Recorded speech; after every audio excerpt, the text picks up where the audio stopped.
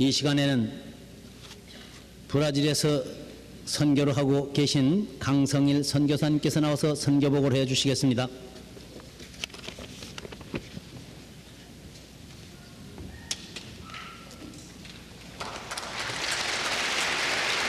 감사합니다. 그저 늘 뜨거운 데서만 살면서 남방바람에 살다가 이번에 나오면서 양복 한 벌 사입었습니다. 사입고 나서 거울을 보니까 이제 사람이 좀 된 것 같습니다.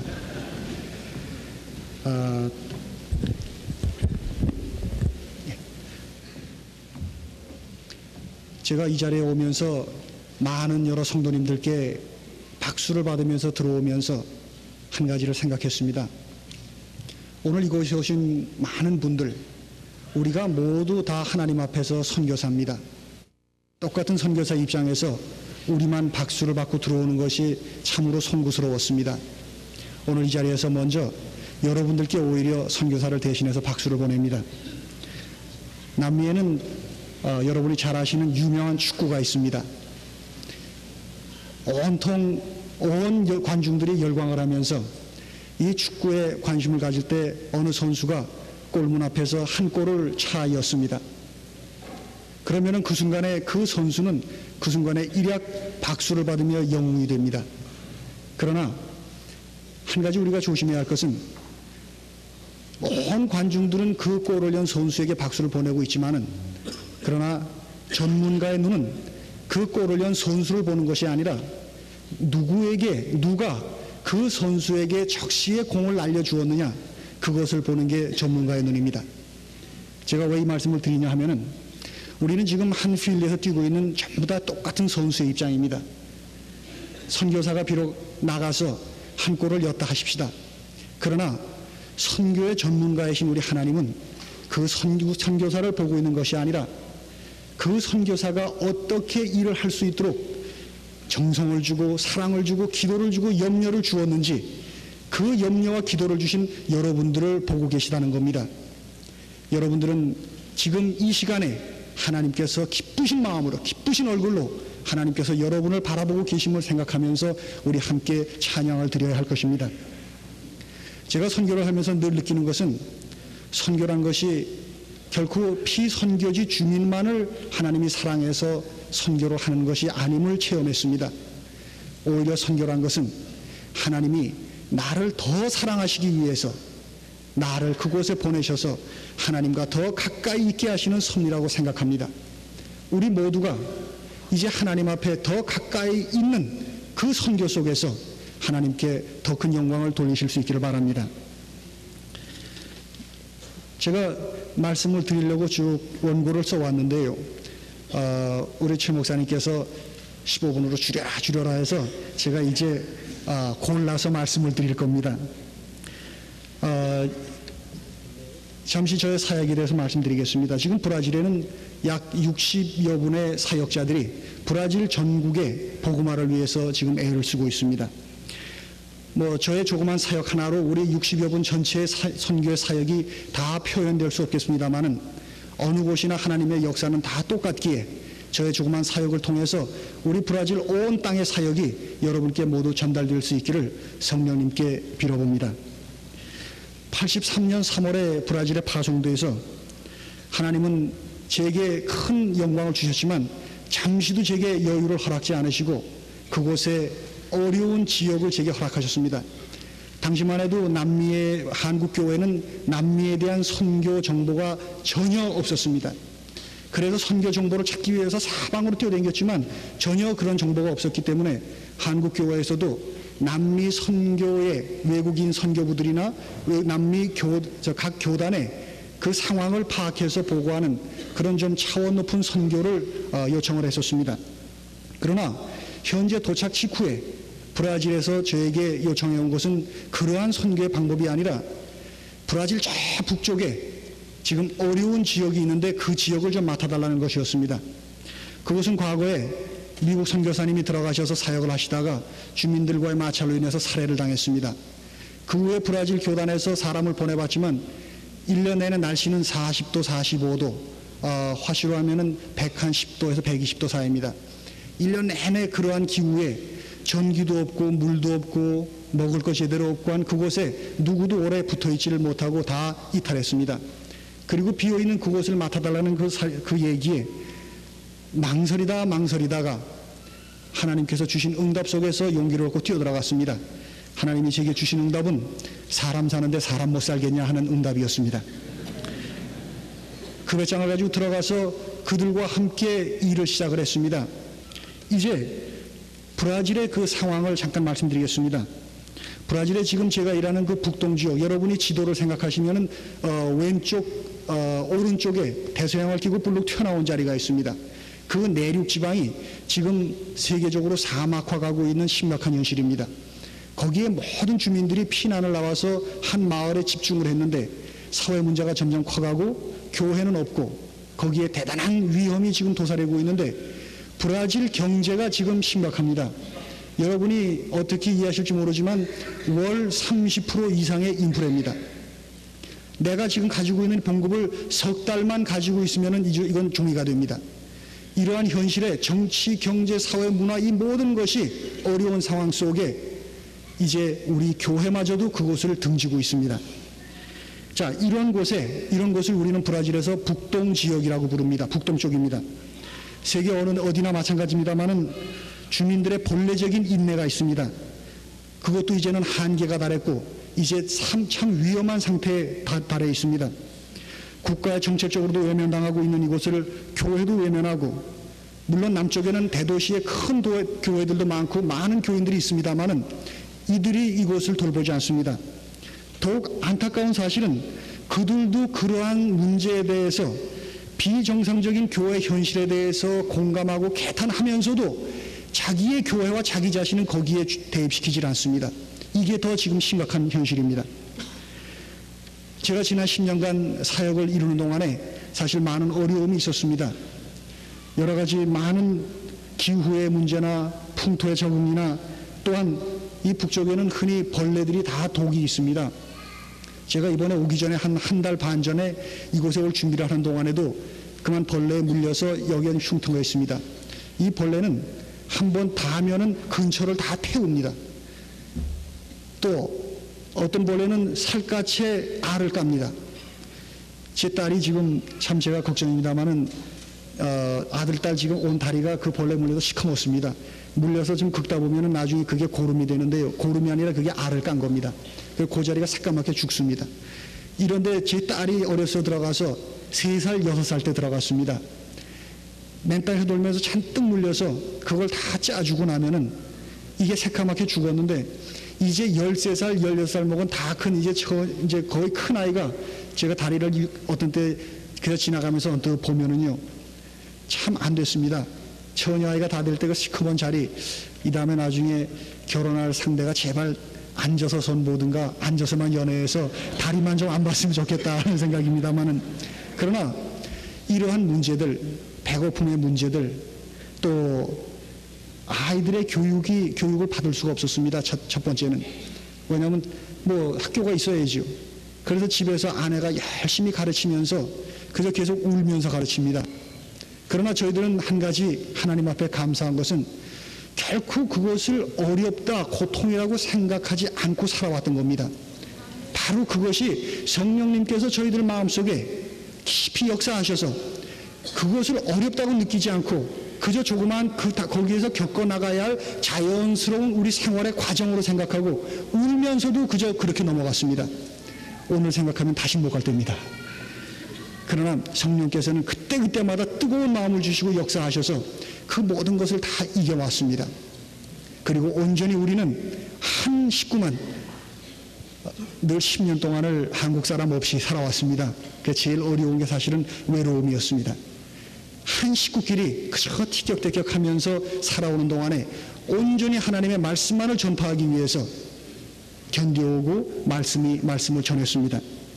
하나님께서는 저희들에게 역사하셔서 이제 그들 속에서 부딪히고 일하게 하시고 그들의 마음을 감화시키셔서 우리들의 교회는 놀랍게 성장했습니다. 제가 하고 있는 사역의 방법은요, 한 번에 여러 곳을 뿌리는 게 아닙니다.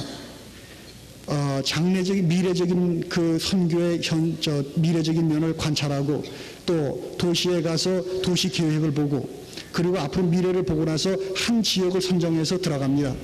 들어가서는 그곳을 집중적으로 한 사람 한 사람 전도해서 집중적으로 전도해서 그곳이 완전 자립될 때까지 사역을 했습니다.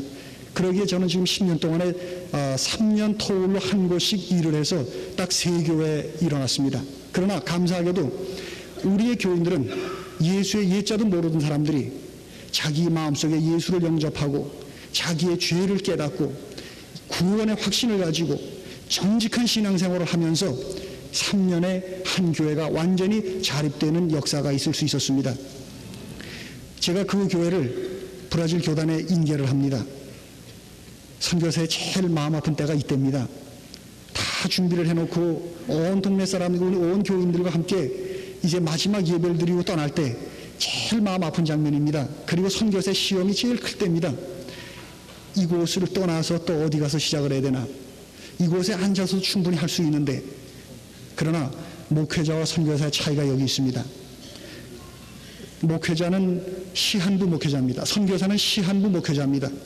목회자와 이 선교사가 일을 시작할 때는 전도자지만요. 그러나 일을 시작하면 목회가 시작됩니다. 왜냐하면 교회를 세워서 그들에게 교회 교육을 시켜야 되기 때문입니다. 그리고 그것이 다 자라면은 선교사는 떠나야 합니다. 그것을 붙잡고 있으면은 그곳을 조금 일찍 떠나면은 그곳은 무너지고요. 조금 늦게 떠나면은 그것은 선교사에게 기대는 마음 때문에 성장을 더 이상 못합니다. 이 떠나는 그 순간에 첫째 지역을 떠날 때 온 교인들이 새벽 기도가 끝나고 제게 와서 이제 제 주를 줄줄 따라옵니다. 한 사람 한 사람씩 아침에 카페 한 잔씩 마시고 이제 일터로 나가라. 그러면서 쫓아보내면서 제가 한 사람씩 안고 키스를 해줬습니다. 온 교인들이 저를 끌어안고 엉엉 울기 시작합니다. 그리고는 그저 파스토 우리 같이 살자. 이것이 그들의 유일한 말이었습니다.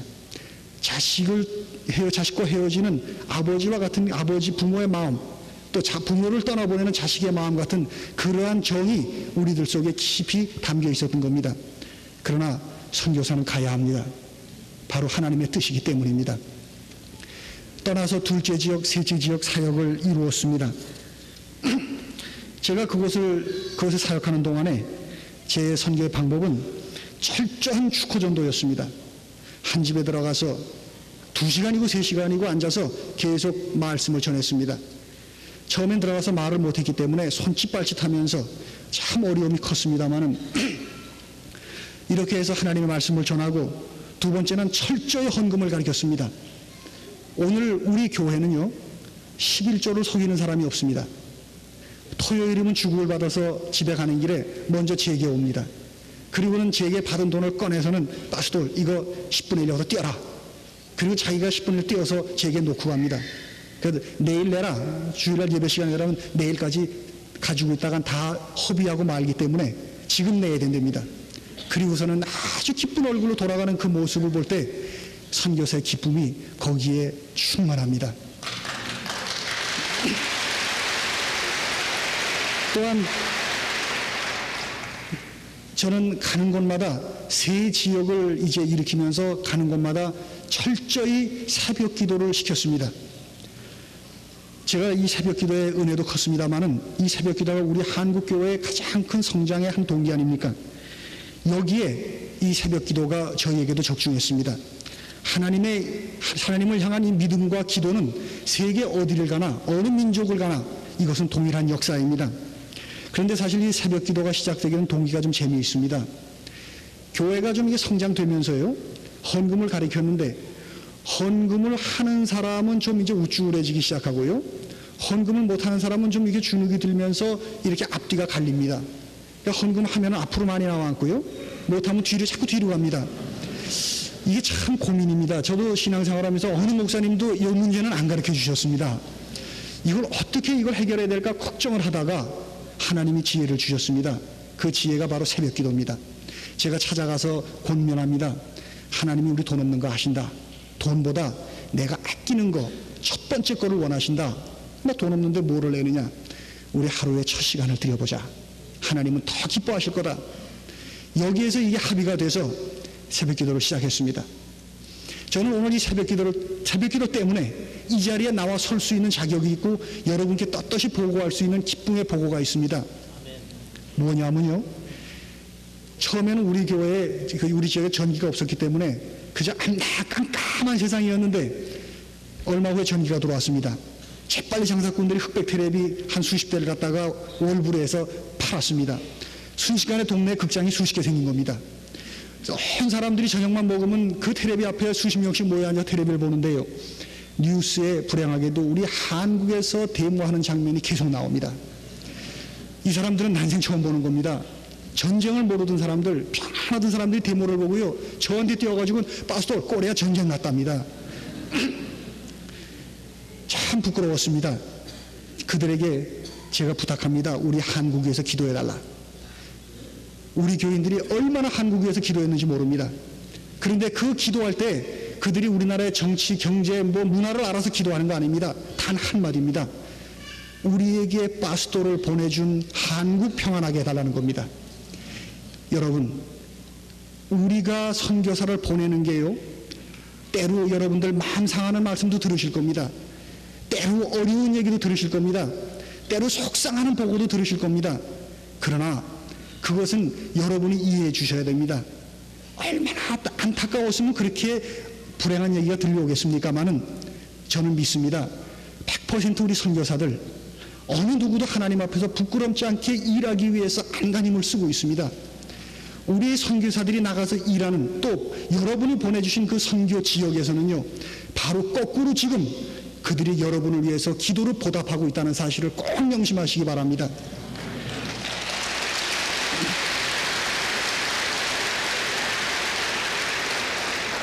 저희 교회는요, 우리 한국교회를 기도하면서 그 직후부터 이상하게도 한국이 급성장하기 시작하고요, 올림픽도 잘 치러냈고요.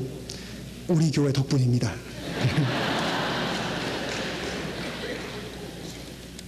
제가 이게 넘어갔네요. 자, 이제 이렇게 일을 시작하면서 10년이 지난 지금 제가 가만히 계산해 보니까 세 지역 교회에 153명 세례를 베풀었더군요. 자, 이번에 이제 해야 할 일들이 있습니다. 저는 지금 계속 앞으로 해야 할 일들이 새 지역을 개척을 계속 해야 합니다. 이게 선교사의 본연의 임무입니다. 이제 지금 개척한 교회가 3년이 된 지금 또 완전히 자립이 됐습니다. 그래서 이제 떠날 준비를 하고 올해 말에 새 목사님을 모시기로 하고 지금 약 석 달 전부터 새로운 사역지를 들어가기 위해서 개척을 시작했습니다. 그리고 또 하나는 성경학교의 운영입니다. 지금까지 그 지역에 날씨가 뜨겁고 먹을 게 없고 또 교육을 받을 수 없고 특별히 나이 드신 목사님들이나 이 일해보겠다는 분들이 미래가 없습니다. 교육의 기회가 없고 미래가 없습니다. 그렇기 때문에 누구도 이곳에 오려 하지 않습니다. 있는 사람도 밖으로 다 나가고 맙니다. 이러기 때문에 저는 거기에 있는 목사님들과 우리 교우들을 모아놓고 기도하면서 설득을 해서 이제 누구도 오지 않는다. 우리 손으로 우리가 가르쳐서 우리가 전도자를 양성해서 내보내자. 이 합의가 돼서 몇 안 되는 우리 목사님들 열심히 기도하면서 시작한 것이 이제 신학교입니다. 이 20배가 넘는, 대한민국의 20배가 넘는 이 넓은 땅에 지금 전도자가 절실히 필요합니다. 예를 들어 장로교의 예를 들면요, 이 넓은 땅에 84년이 된 역사 속에 온 교인 수라고는 580명밖에 없습니다. 완전히 이거는 빈 지역입니다.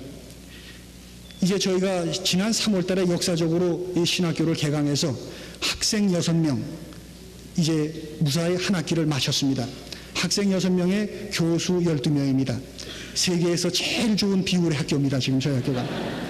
그리고 아담한 학교를 지어서 교실을 만들고 지금 열심히 공부를 하고 있습니다. 지금 한 가지 중요한 것은 벌써 타 지역이나 다른 주에서 학교에 입학하겠다고 요청이 오는데 기숙사가 대단히 필요합니다. 그래서 지금 상당히 심각한 마음으로 기도하면서 기숙사를 건축을 위해서 기도하고 있습니다. 또 한 가지는 의료 선교입니다. 지난 3월 달에 상파울로에 있는 교회가, 우리 한인교회가, 참 감사합니다. 우리 한인들 교포들이요. 한인교회가 힘을 모아서 아담한 병원을 지어주었는데요. 더욱이 감사한 것은 하나님께서 그 마을에 온 환자들을 위해서 하나님께서 어려서부터 기르고 쓰신 상파울로에 어려서부터 와서 상파울로 의대를 졸업하고 말 공부 다 마친 좋은 우리 한인 1.5세 의사를 하나님께서 택해 주셔가지고 지금 제게에 들어와서 함께 일하고 있습니다. 오늘 이 시간 제가 잠깐 소개하겠습니다. 우리 전도명 선교사님, 예, 여기 나와 있습니다.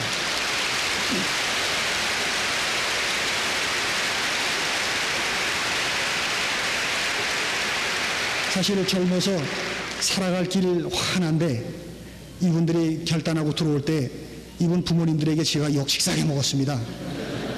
그러나 이제 그 부모님들이 오히려 감사하면서 하나님 앞에 얼마나 찬양을 하는지 모릅니다. 하나님께 바친 이 아들 며느리 두 분이 다 의사입니다. 저분은 지금 외과고 또 한 분은 피부과입니다. 이 두 분이 와서 헌신적으로 일할 때 우리 온 동네가 지금 환자가 상당한 도움을 받고 있습니다. 또 이 가운데 지금 이 병원이 성장해서 지금 의사가 6명, 진료 과목 5과목으로 높은 성장을 했습니다. 특별히 의료계통에 계신 분들의 많은 조언과 도움을 기다립니다. 그 외에 저희가 성경학교를 개강해서 문맹자를 가르치고요, 성인학교를 개강해서 거리에 버려진 아이들을 모아서 하나님의 말씀을 전하고, 특별히 이 사역은 사탄과의 직접적인 싸움입니다. 아이들이 마약을 하고 아이들이 버려진 그 아이들, 이건 사탄과 직접 대면입니다. 선교사가 이 일을 할 때 정말 여러분의 기도가 없으면 이것은 참 어렵습니다. 더욱 감사한 것은 지금 연방대학 학생들을 모아서 3년 전부터 제자 양육을 하는 도중에 이 학생들이 자라서 지금 저희 교회 와서 교사로도 봉사하고 있고요. 지금 이 학생들이 현지의 지도자로서 잘 양육돼 가고 있습니다. 이게 또 한 가지는 아까 말씀드린 대로 새 개척 지역을 지금 준비하고 있으면서 다시 현지 교회를 인계할 준비를 하고 있습니다. 자, 이러한 여러 가지 사역 속에서 주님은 계속 역사를 이루어 주셨고 저희에게 계속 소망과 위로를 주셨습니다. 이 소망과 위로가, 예, 제가 그래서 줄인다고 했는데도 어렵네요. 여러분의 기도 가운데 이루어져 왔습니다. 자, 이제 다 줄이고요. 이제 마지막 한 가지만, 한마디만 드리겠습니다. 모든 고통과 어려움, 부족함 속에서도 선교사들은 여러분의 기도가 있기에, 여러분의 사랑이 있고 염려가 있기에 낭망하지 않고 일하고 있음을 꼭 기억하시고, 우리 하나님 예수님 다시 오시는 그날까지 우리가 한마음 한뜻으로 동역하면서 예수님을 기쁘게 영접할 수 있게 되기를 바랍니다. 감사합니다.